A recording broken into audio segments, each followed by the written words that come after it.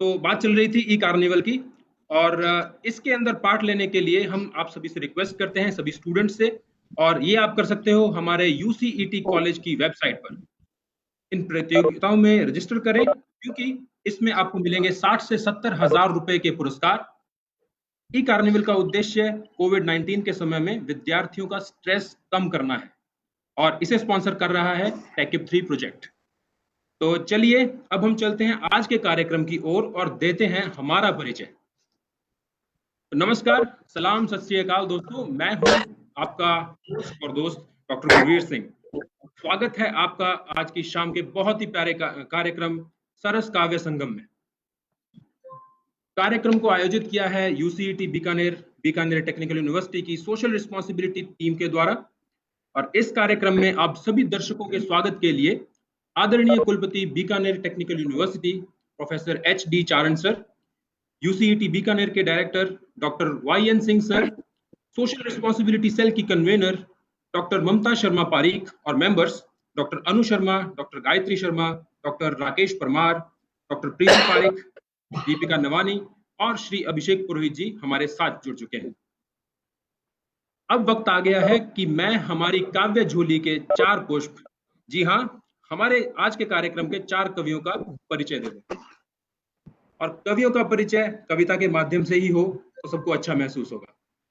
तो सबसे पहले मैं हमारे जाने माने गीतकार श्री राजेंद्र राजन जी का इन 4 पंक्तियों से स्वागत करता हूं। गौर फरमाइएगा कि परिंदों को मिलेगी मंजिल यकीनन, ये फैले हुए उनके पंख बोलते हैं। परिंदों को मिलेगी मंजिल यकीनन, ये फैले हुए उनके पंख बोलते हैं। वो लोग रहते हैं खामोश अक्सर, जमाने में जिनके हुनर बोलते हैं। स्वागत करते हैं। बहुत बढ़िया। हाँ सर। क्या बात है। अब मैं हमारे बीच जाने माने गजलकार श्री राजेश पुरोहित जी का स्वागत इन चंद पंक्तियों से करता हूं कि 100 चांद भी चमकेंगे तो क्या बात बनेगी, 100 चांद भी चमकेंगे तो क्या बात बनेगी। आप आए सरस काव्य संगम में, आज के शाम की औकात बढ़ेगी। वाह, स्वागत करता हूँ राजेश विद्रोही सर। तो आगे बढ़ते हुए अब मैं श्री रामधारी सिंह दिनकर जी की ये पंक्तियां हमारे बीच मौजूद वीर रस के कवि डॉक्टर गजादान चारण जी के स्वागत में अर्ज करता हूं कि सच है विपत्ति जब आती है, कायर को ही दहलाती है। सूरमा नहीं विचलित होते, क्षण एक नहीं धीरज खोते।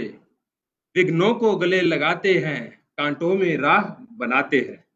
स्वागत करता हूं मैं गजादन सर। आभार आभार। अंत में मैं आपके बीच में पधारे हास्य रस के कवि श्री दीपक पारीक जी का इन खूबसूरत पंक्तियों से स्वागत करता हूं। पलकों को झुकाकर सलाम करते हैं, दिल की हर दुआ आपके नाम करते हैं। कबूल हो तो मुस्कुरा देना, आपकी मुस्कुराहट पे पूरी कोलगेट कंपनी कुर्बान करते हैं। वाह, स्वागत करते हैं वाह, आपका। वाह, क्या बात है, क्या बात है, वाह वाह वाह। अब हम आगे बढ़ते हैं, अधिक समय ना लेते हुए अब मैं हमारे BTU के माननीय कुलपति प्रोफेसर HD चारण सर को हमारे कवि मेहमानों के स्वागत में चंद लफ्ज बोलने के लिए आमंत्रित करता हूं। Sir, over to you. बहुत बहुत धन्यवाद गुरुवीर। तुमने तो ऐसा अभी हम मान के चल रहे थे, जैसा मैं बता रहा था कि हम तो बिल्कुल मशीनी लोग हैं, लेकिन आज सभी कवियों के सामने हमारी लाज रखी कि हम इतने मशीनी नहीं हैं जितने हमको लोग समझते हैं। हम भी दिल रखते हैं, दिल और दिमाग दोनों का संबंध रखते हुए चलते हैं। बहुत अच्छा गुरुवीर, बहुत अच्छी बात। इस कार्यक्रम में यह हमारे लिए एक विशेष कार्यक्रम इस रूप में भी है कि अब तक जो गतिविधि हम ऑफलाइन करते थे, कैंपस में बुला के करते थे, बच्चों को बुला के और मौका लगता था कवि लोगों को भी बुला के करते थे, ये सारी की सारी गतिविधियां हम अब ऑनलाइन करने जा रहे हैं। और उस ऑनलाइन की कड़ी में आज का ये जो कार्यक्रम महत्वपूर्ण नेशनल ई कार्निवल, जिसके माध्यम से हम पूरा 1 महीना इस कार्यक्रम को चलाने वाले हैं। और उस कार्यक्रम की ये सबसे महत्वपूर्ण एकदम जीवंत कड़ी, जिसमें कवि लोगों के हृदय को छू सकेगी और बात कर सकेंगे, उसमें पधारे हुए राजेंद्र जी राजन, आदरणीय राजेश जी विद्रोही, दीपक जी पारिक और हमारे अजीज परम मित्र गजादन जी चारण में बहुत हार्दिक अभिनंदन स्वागत करता हूं। थोड़ी सी जानकारी मैं प्रोग्राम के बारे में आपको मंद रखना चाहता हूं कि इस प्रोग्राम में जैसे जो सांस्कृतिक कार्यक्रम होते हैं किसी विद्यालय के, विश्वविद्यालय के, उसके अंदर जितनी भी एक्टिविटी हो सकती है, चाहे आर्ट्स की हो, लिटरेचर की हो, संबंध की हो, साइंस की हो, कविता हो, गीत हो, गान हो, लेखन हो, सारी की सारी गतिविधियां हमने इसमें रखी है। और ये अपने आप में देश में मुझे लगता है कि पहला इस तरह का बड़ा कार्यक्रम कोई विश्वविद्यालय कर रहा है। इसके लिए मैं मेरी सारी टीम, ममता पारीक और उसकी सारी टीम को बधाई देता हूं। और इस कार्यक्रम में जुड़े मेरे सहयोगी डायरेक्टर इंजीनियरिंग कॉलेज और director university professor Y Singh, मेरे सारे फैकल्टी मेंबर, पीटीयू के सभी परिवार और सारे विद्यार्थियों का मैं इसमें स्वागत करता हूं। एक चीज मैं विशेष रूप से सभी सम्मानीय कवियों के सामने रखना चाहता हूं कि इस विश्वविद्यालय ने एक चीज ऐसा किया है जो देश में पहली बार है। हमेशा ही जो शिक्षा से जुड़े हुए हैं और जो लोग भी है, चाहे शिक्षा से जुड़ा हुआ चाहे नहीं हो, यही बात कहता है कि शिक्षा का मूल उद्देश्य व्यक्ति निर्माण है। चाहे वो स्कूल का प्रिंसिपल हो या किसी विश्वविद्यालय का वाइस चांसलर हो या देश का प्रधानमंत्री हो या कोई वार्ड में बैठा हुआ लोक नेता हो, यही बात कहता है कि इसका जो उद्देश्य शिक्षा का वो व्यक्ति का निर्माण करता है। लेकिन उस व्यक्ति का निर्माण कैसे होगा, ये बात स्पष्ट रूप से कहीं शिक्षा में नजर नहीं आती। उस व्यक्ति का निर्माण करेंगे कैसे, इसका कोई सीधा सीधा सिलेबस नजर नहीं आता, कोई स्कीम नजर नहीं आती, कोई मॉड्यूल नजर नहीं आता। इस बात की चाहत मेरे में भी थी और एक मन में टीस भी थी कि जीवन में 30-35 साल पढ़ाया, लेकिन इसका तो कोई भी नहीं पढ़ाया जो विशेष हो। अपना सब्जेक्ट जैसा होता है वैसा पढ़ाते हैं और उसी को हम सब कुछ अपने आप में मान लेते हैं, सब कुछ हो गया।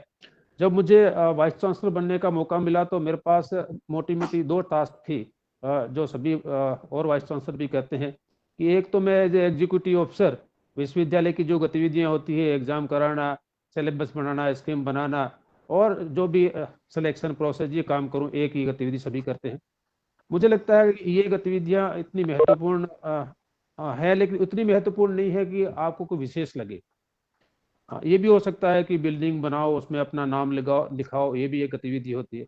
मुझे कभी कभी ये लगता है कि बिल्डिंग बनाने का सरकार पैसे देती है तो पीडब्ल्यूडी बना देंगी, इसमें वाइस चांसलर का क्या काम है? इसमें तो कोई एडमिनिस्ट्रेटर बना सकता है, कोई रजिस्ट्रार लगा और वो बना सकता है। मुझे लगता है कि वाइस चांसलर का काम यह है कि शिक्षा को कोई दिशा दे सके। इसी को ध्यान में रखते विश्वविद्यालय ने सबसे पहले टेक्निकल एजुकेशन के साथ में ये किया कि मैंने जैसा कहा कि वो पहले आदमी बन जाए, फिर वो चाहे इंजीनियर बने, डॉक्टर बने, कुछ भी बने, तो मानवीय मूल्यों की शिक्षा को लागू किया। अब शिक्षा में मानवीय मूल्य लागू होगा क्या? तो पता किया कि कुछ IIT ने बहुत पिछले 20-25 साल से रिसर्च करके एक ऐसा कोर्स बना लिया, इसका बिल्कुल वेल डिफाइंड सिलेबस है और उस सिलेबस के 4 विषय, 4 मोटिवेट टॉपिक है। वो चारों टॉपिक है, पहला तो स्वयं का विश्लेषण कर ले। हर व्यक्ति दूसरे का विश्लेषण करता है लेकिन स्वयं का नहीं करता कि मेरा शरीर भी है, दूसरा मन है, दोनों अलग अलग है, फिर दोनों साथ में है, दोनों की जरूरतें अलग अलग है। लेकिन कभी कभी हम मन की जरूरत को पूरा करने के लिए शरीर की जरूरत पूरी कर देते हैं। फिर वहां से निकलते तो मेरा परिवार है, उसमें रहने के कुछ नियम है, विश्वास है, सम्मान है, स्नेह है, वात्सल्य है और अंत में जाकर कहते हैं कि प्रेम है, जो संपूर्ण वैल्यू है समाज उसके परिवार में रहने की।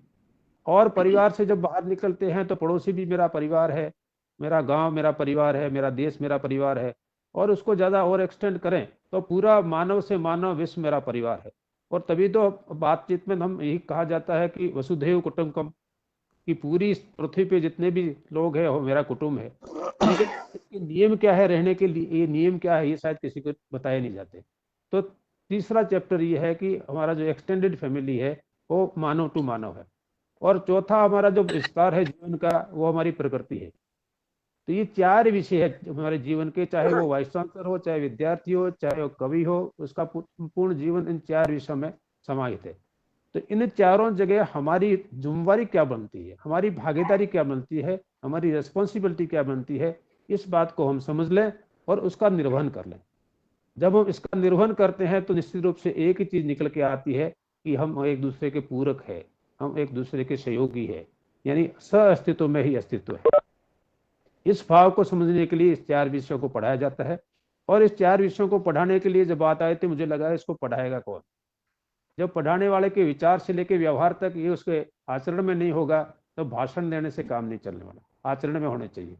तो तब लोग कहते हैं कि स्वर्ग में तो सभी जाना चाहते हैं, लेकिन स्वर्ग में जाने के लिए मरना पड़ता है, तो मरना कोई नहीं चाहता। तो मुझे लगा कि सबसे पहले इसे मुझे ही करना पड़ेगा।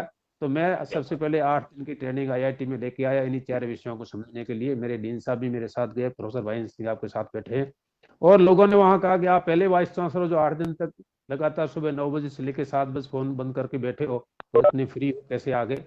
मुझे लगा कि जीवन में ये जानने के लिए 8 दिन भी कम है। फिर वापस आके मुझे लगा कि मेरे अकेले से सीखने से क्या होगा। जो मेरे फैकल्टी है उनके व्यवहार में ये बात नहीं होगी कि मैं अकेला कुछ नहीं हूँ, मैं स्वस्थिति में जीता हूँ।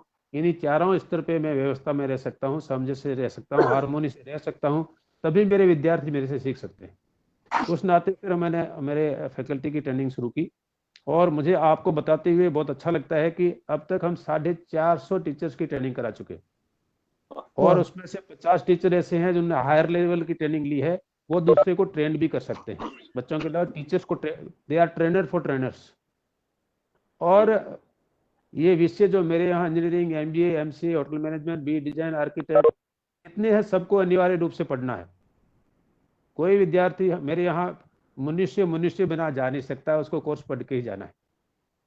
ये देश में पहली बार हुआ है। इससे आगे बढ़कर कोविड में हमारी टीम ने ऐसा काम करके दिखाया जो देश में पहली बार हुआ। उनको लगा कि इस देश में हर व्यक्ति परेशान है, कोई न कोई टेंशन है, लेकिन बच्चों को विशेष रूप से टेंशन है। उनको पता है कि हमारे एग्जाम पता नहीं कब होंगे, एग्जाम नौकरी कब लगेगी, आगे पढ़ाई करनी तो वो कब होगी। तो हमको लगा कि ऐसे मौके का विशेष उपयोग करना चाहिए और बच्चों को इस भाव से निकालना चाहिए।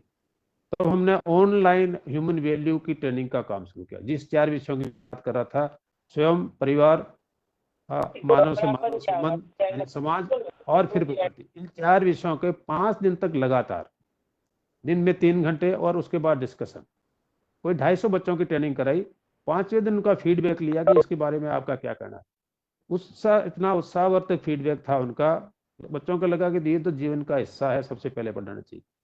क्योंकि बच्चे घर में थे, इसलिए हमने उनके परिवार को भी अनुरोध किया कि आप भी इसको देखना चाहिए, देखें। उनके परिवार के लोगों ने भी इसको बहुत सराहा, और उससे उत्साहित होकर हमारी टीम ने अब तक 3500 बच्चों का इस तरह का 5 दिन का वर्कशॉप करा दिया है। ये मैं आप लोगों को जरूर बताना चाहूंगा कि आप कवि हृदय है और इस बात को समझ सकते हैं कि मानव मूल्य कितने जरूरी है। और ये सबसे बड़ा कार्यक्रम मेरे विश्वविद्यालय ने किया, और ये देश का पहला विश्वविद्यालय जिसने ऐसा कार्य किया। अभी गजदान जी को पता होगा कि अभी कुछ दिन पहले माननीय मुख्यमंत्री जी ने उसी विषय का उद्घाटन किया जो हमने, और उसका नाम ही दिया कि सुखी जीवन आनंदम। अगर आप इन चारों स्तर पे हारमोनी से जीते हैं, तभी आप सुखी हो सकते हैं। अकेले सुखी में कुछ नहीं हो सकता है। तभी तो कहते हैं सर्वे भवन्तु सुखिनम। हम सबके सुख की कामना तो करते हैं, लेकिन शायद जी नहीं पाते, इसलिए कर नहीं पाते। और अंत में मैं एक छोटी सी 2 लाइन आपके सामने कहना चाहता हूँ। और मैं हालांकि कवि नहीं हूँ, लेकिन कवि लोगों से बहुत प्रभावित होता हूँ। समझ में कम आता है, लेकिन अच्छा लगता है, इसलिए मुझे अच्छा लगा। आज पता नहीं कैसा क्या हुआ कि 1-2 लाइनें मैंने लिख दी। क्या बात है, इसको मैंने लिखी है, ये सोच के अप्रिशिएट करना, इसके आगे पीछे कुछ मत देखना। मैंने मेरे अजीज गजदान जी के लिए लिखी बस ये बात। मैंने लिखा है कि कवि गजो देखियो चारण वर्णरी शान। कवि गजो देखियो चारण वर्णरी शान, मुख खोले मोती झरे नित बढ़ावे मान। इतनी सी बात मैंने लिखी है। कवि इसका हमारे विश्वविद्यालय को आपने कवि रूप दे दिया है, इसके लिए आप सबका एक बार फिर स्वागत, बहुत बहुत धन्यवाद।